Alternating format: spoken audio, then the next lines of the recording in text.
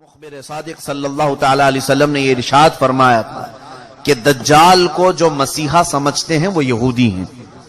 یہودی اس کے انتظار میں کتنی صدیاں گزار چکے. آج میں یہودیوں کا ایک کیلنڈر نکلتا ہے جس کو وہ گاڈ کیلنڈر بھی کہتے ہیں, خدائی کیلنڈر کہتے ہیں. اس کیلنڈر کو ابھی 5777 سال گزر رہے ہیں, یعنی تقریباً 5500 سال پرانا ایک کیلنڈر ہے. اس تاریخ سے آج بھی یہودی چل رہے ہیں. اس تاریخ کو وہ سب سے زیادہ عظمت والی تاریخ سمجھتے ہیں جس میں 3 بار 7 آ رہا ہے, 5777. اور اس تاریخ کی نشاندہی ان کی پرانی کتابوں نے کی تھی. اس اعتبار سے اب یہ بڑی تیاریوں میں لگے ہوئے ہیں.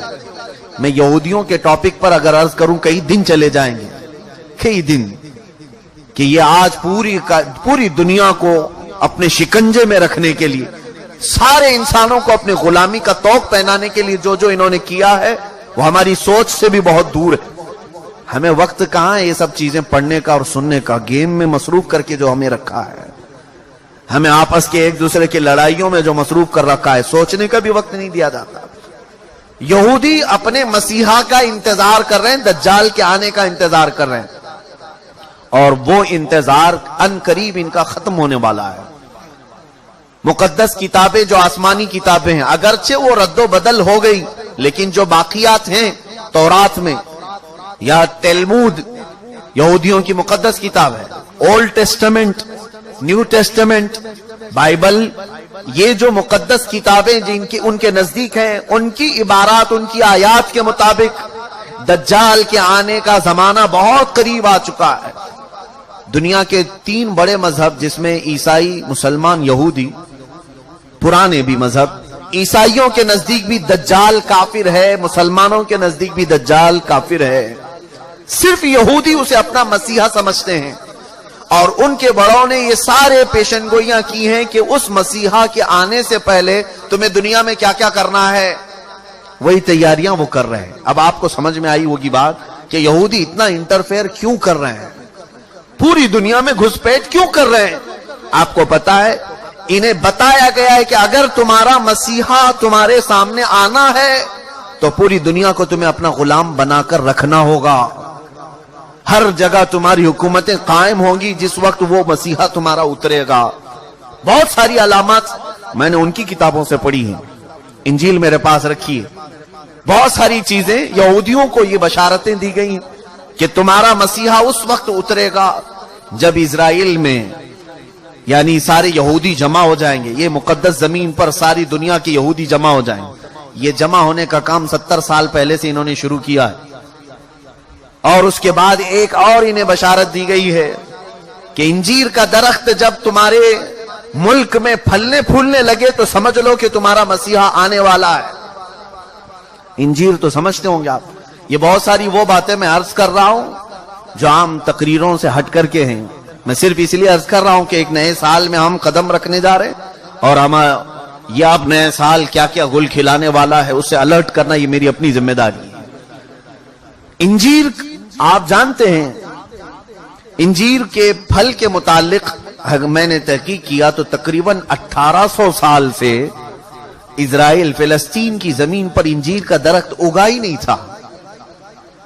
1800 ایئرس 1800 سال پہلے سے, اور اب جا کر کے فلسطین اور اسرائیل میں کثرت سے انجیر کے درخت اگنے لگے اور پھل بھی دینے لگے. ان کی ایک بشارت میں یہ بھی لکھا گیا ہے, انجیل میں یہ عبارت موجود ہے کہ مسیح دروازے پر کھڑا ہوگا جب تمہارے ہاں انجیر پھل دینے لگے. مسیحا تمہارے دروازے پر کھڑا ہوگا. یہ عبارتیں پڑھ کر میں بہت شوق ہوا. کتنی اس میں سچائی ہے وہ اللہ بہتر جانے. اس کے علاوہ یہ بھی انہیں کہا گیا تھا یہودیوں کو کہ جب تمہارے ہاں ایک گائے لال بچیا کو جنم دے, اور وہ لال بچیا ایسی ہو کہ اس کو کسی نے اپنی ملکیت میں نہ رکھا ہو, اس سے کسی نے کام نہ کرایا ہو, اور وہ جوانی میں اس لال بچیا کو تم قربان کرو اور بڑی مقدس عبادت گاہ میں اس کی راکھ ڈالو, تمہارا مسیحا اتر کر آ جائے گا. یہ بھی کتاب میں ہے.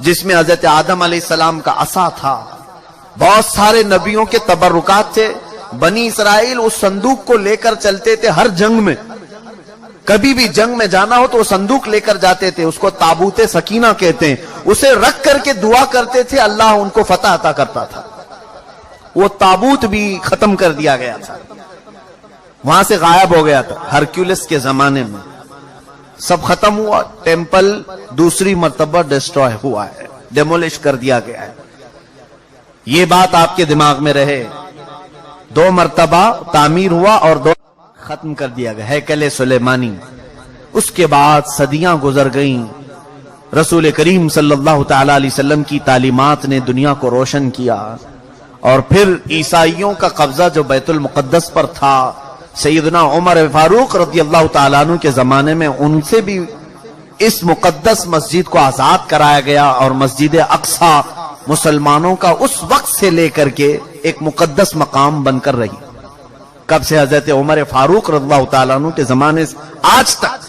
ہاں، بیچ میں ایک مرتبہ اور عیسائیوں نے اس پر غلبہ کیا تھا، تو سلطان صلاح الدین ایوبی رحمت اللہ علیہ نے بھی اس مسجد اقصی کو آزاد کرایا. اس کے بعد سے آج تک.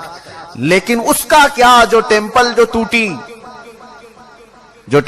اب میں قریب آپ کے نتیجہ ریزلٹ کے قریب آ رہا ہوں. جس عبادت خانے کو یہودی بہت مقدس مانتے تھے، ہیکل سلیمانی، یہ 2 مرتبہ ٹوٹ گیا ہے. اب سنیے کہ ان کی بشارتوں میں یہ تک لکھا گیا ہے، جس وقت تم اپنا عبادت خانہ تیسری مرتبہ تعمیر کرو گے، تمہارا مسیحا آ جائے گا. اب اخبارات اٹھاؤ، اب انٹرنیٹ پر جا کر یہ بھی سرچ کرو 3rd ٹیمپل کیا ہے. میں نے یہ بھی پڑھا کہ ابھی کی نیوز ہے کہ اسرائیل میں یہ اعلان کیا گیا ہے کہ ہم 3rd ٹیمپل بنانے جا رہے ہیں. 3rd ٹیمپل کیا ہے؟ وہی ہیکل سلیمانی جس کے لیے یہ 70 سال سے فلسطینیوں کا قتل عام کر رہے ہیں، اور کتنی سرنگیں انہوں نے کھود کر کے دیکھی ہیکل سلیمانی کی باقیات کو ڈھونڈنے کے لیے. اب جلدی میں آ رہا ہوں. یہودیوں نے ابھی اپنے اخبارات میں یہ بھی اعلان کیا کہ ان کو تابوت سکینہ بھی مل گیا ہے. جو تابوت سکینہ غائب تھا وہ مل گیا، اور اس کے علاوہ وہ جگہ بھی مل گئی جہاں پر ہیکل سلیمانی تعمیر تھا. اب ان کو یہ خبر ہو گئی. آپ کو یہ ایگریمنٹ بھی میں یاد دلاؤں کہ آج سے 70 سال پہلے، سن 1948 کے قریب، جب بیت المقدس کے قریب یہودی جا کر رہنے لگے، اسرائیل ایک ملک کی شکل میں آیا، تو ایک ایگریمنٹ عرب ملکوں کے ساتھ یہ پاس ہوا تھا کہ یہ جہاں چاہیں رہیں اسرائیل میں، لیکن بیت المقدس کو ہاتھ نہیں لگائیں گے اور مسلمانوں کو جانے سے نہیں روکیں گے. تو انہوں نے سائن بھی کیا تھا، اور ان کا خیال یہ تھا کہ بیت المقدس الگ چیز ہے، ہمارا ہیکل سلیمانی الگ چیز ہے. لیکن اب جا کر انہیں یہ خبر ملی کہ ٹامب آف راک جس کو کہتے ہیں، جو پیلا گنبد مسجد اقصی کا دکھتا ہے، اب یہودیوں نے یہ اپنی تحقیقات میں کہا ہے ہیکل سلیمانی وہی تھا جہاں یہ ٹامب آف راک بنا ہوا ہے. اب ان کے لیے نہایت ضروری ہو گیا ہے کہ بیت المقدس کو شہید کر دیا جائے. ٹامب آف راک جس کو کہتے ہیں، یہ پیلا گنبد، قبۃ الصخرہ اس کا نام ہے، اس کو شہید کر دیا جائے، اور اس کا اعلان ہو چکا. اور چوتھی ایک اور بشارت سن لیجیے، جہاں پر مسجد اقصی قائم ہے، یہ یروشلم ہے. میں ان تمام باتوں کو جو پیش کر رہا ہوں، قانونی اعتبار سے بہت سارے لوگ سمجھتے ہیں ان پیچیدگیوں کو. جس نے بھی یہودیوں کے متعلق بات کی ہے اس کا قتل کر دیا جاتا ہے، مار دیا جاتا ہے.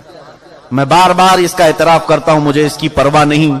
ہاں، اس کی پرواہ ضرور ہے کہ میں امت مصطفیٰ کو ان کی امانتیں سپرد کر کے جاؤں. کتمان علم حرام ہے. چوتھی ایک اور بشارت ان کے متعلق یہ آئی ہے کہ کب آئے گا ان کا مسیح دجال. یہ بھی کہا گیا ہے کہ یروشلم میں جب تمہاری حکومت کا سینٹر ہوگا تب تمہارا مسیح اتر کر آ جائے گا، تمہارا مسیحا آ جائے گا. اب تک اسرائیل کا کیپٹل سٹی یروشلم نہیں تھا، آج تک نہیں تھا. اور آپ کو ابھی پچھلے سال پتہ چلا ہوگا، امریکہ کے صدر ٹرمپ نے یہ اعلان کیا کہ میں امریکن ایمبیسی یروشلم منتقل کر رہا ہوں.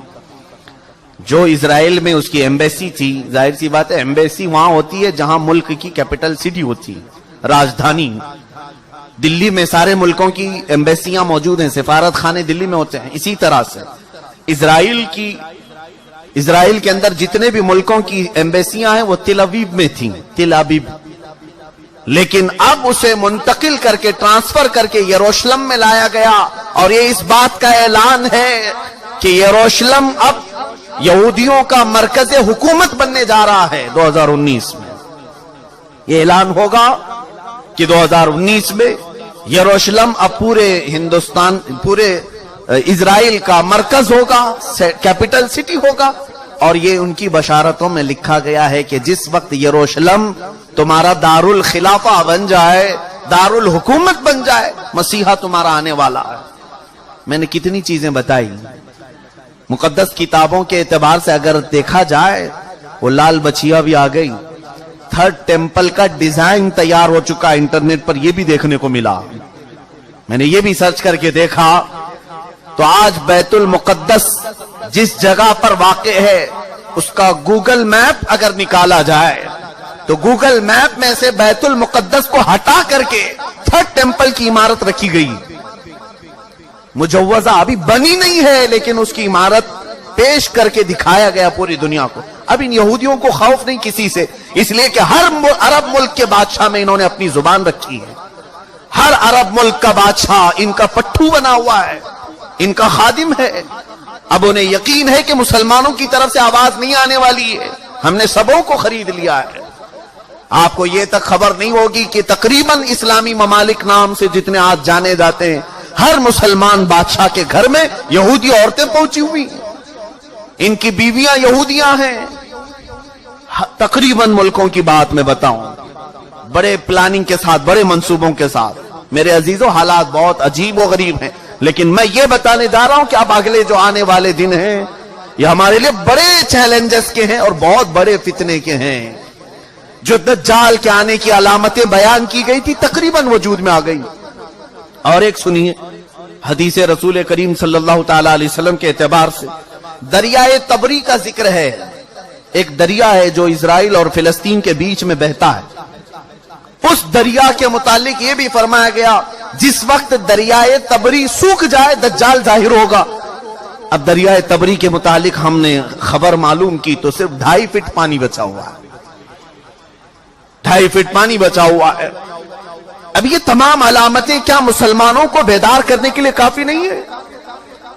پھر بھی آج ہم پورے طور پر ایسی غفلت کی نیند سو رہے ہیں جیسے ہمیں کچھ خبر ہی نہیں ہے۔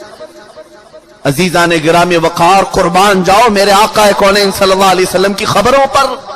دوسری قوموں کے پاس ایسا کوئی نہیں جو انہیں آگے کی بات بتایا ہو سوائے ہمارے پاس جو محمد رسول اللہ نے بتایا۔ رسول کریم صلی اللہ تعالی علیہ وسلم نے ہمیں قیامت تک کی باتیں ایسے کھول کر بیان کی ہے، ایسے بیان کی ہے کہ جس میں ایک رتی برابر بھی شک نہیں کیا جا سکتا، لیکن اس کے باوجود انہی کی امت سب سے زیادہ غفلت کی شکار ہے، اور پوری دوسری قومیں تیاری میں ہیں، تیاری میں ہیں۔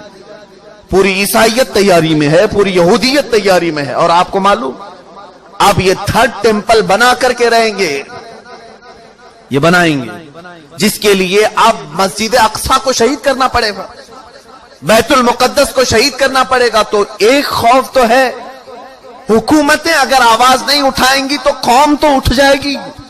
مسلمان ابھی مرے نہیں، ایمان اب بھی زندہ ہے، تو یہ خوف ہے، اس کے لیے اب ڈائریکٹ مسجد اقصی پر حملہ نہیں کیا جائے گا۔ 2018 کے اخبار اور بھی اٹھا کر کے دیکھو، انگلش کے، ایک عیسائی نے ان کو ایکسپوز کیا ہے کہ فلسطین میں زلزلے آئے تھے، یعنی مسجد اقصی جہاں یروشلم میں زلزلہ، ارتھ کویک، زلزلے آئے تھے۔ اب اس کی تحقیق جب کی گئی تو پتا چلا کہ انہوں نے ٹیکنالوجی کے ذریعے سے آرٹیفیشل زلزلے لائے، حقیقت میں زمین میں زلزلہ آیا ہی نہیں تھا۔ زمین کے اندر ایسے کیمیکل اور مواد ڈال کر کے زمین کو ہلایا گیا تاکہ پوری دنیا کو معلوم ہو کہ زمین میں زلزلہ آیا، اس لیے مسجد اقصی گر گئی، بیت المقدس گر گئی۔ یہ تک پلاننگ ہے۔ اور یہ کر کے رہیں گے ان تمام چیزوں میں۔ میرے عزیزو، خیر یہ یہودی اپنے مسیحا کے لیے اتنے ساری انتظامات کر رہے ہیں، اپنے مسیحا کے آنے کے لیے وہ پوری فیلڈ ہموار کر رہے ہیں۔ پوری دنیا میں ان کے حکام، ان کے جو حاخام ہوتے ہیں یہودی علماء، انہوں نے یہودیوں کو اس کام پر لگایا ہے کہ سوائے یہودی قوم کے پوری دنیا کی ہر قوم کا مذہب تبدیل ہونا چاہیے، جس کے لیے امریکہ کے جتنے بھی صدر آتے رہے انہوں نے اپنی تقریروں میں یہ اعلان کیا ہے کہ one world order, new world order. New world order یہ آپ سنے ہوں گے یا نہیں سنے ہوں گے تو تحقیق کر کے دیکھ لینا۔ نیو ورلڈ آرڈر کا مطلب یہ ہے کہ امریکہ کے ڈریمز میں ہے، اس کے خوابوں میں ہے کہ پوری دنیا کا ایک مذہب ہونا چاہیے، پوری دنیا ایک ہی نیشنلٹی کی ہونی چاہیے، الگ الگ قومیں نہیں ہونی چاہیے، الگ الگ رنگ لباس، الگ الگ نسلیں نہیں ہونی چاہیے۔ اور اسی نیو ورلڈ آرڈر کو امپلیمنٹ کرنے کے لیے ہمارے ہندوستان میں سول کوڈ لایا جا رہا تھا، یہ سب اسی کا حصہ ہے۔ یہاں آپ کیا سمجھتے ہیں کہ ہمارے اوپر تخت پر بیٹھے ہوئے ہیں، یہ بظاہر دیکھنے میں چائے والے ہیں لیکن ہیں حقیقت میں یہودیوں کے غلام، پوری طور پر انہیں پروموٹ کیا جاتا ہے اسرائیل سے، اور یہ وہ تمام چیزیں کرنے جا رہے ہیں۔ پوری انڈیا کو کیش لیس کر دو، یہ بھی باتیں میں نے ابھی چند دن پہلے بتائی، کیش لیس کر دو، صرف ان کو اے ٹی ایم پر رکھو، کوئی بھی کیش نہیں رکھ سکتا۔ جانتے ہیں آپ کیوں؟ گورنمنٹ کے پاس ہے تمہارے آدھار کی تمام تفصیلات، آدھار کارڈ سب نے بنائے ہیں، ہم نے بھی بنائے ہیں، ہماری آنکھوں کے بھی، ہمارے ہاتھوں کے بھی، سب کچھ لے لیا گیا ہے۔ اور پھر ہمارے بینک کے سارے اکاؤنٹس کو آدھار سے جوڑا گیا ہے۔ جانتے ہیں آپ نے سارا اپنا مال بینک میں جمع کیا ہے، گورنمنٹ جس دن بھی چاہے آپ کا اکاؤنٹ ڈی ایکٹیویٹ کر سکتی ہے۔ آپ اگر ان کی باتیں نہیں مانتے، آپ ان کے ساتھ نہیں چلتے تو آپ کا اکاؤنٹ ڈی ایکٹیویٹ کر دیا جائے گا۔ جاؤ، کیا کرو گے؟ اب تم نے تو سارا مال وہاں رکھا تھا۔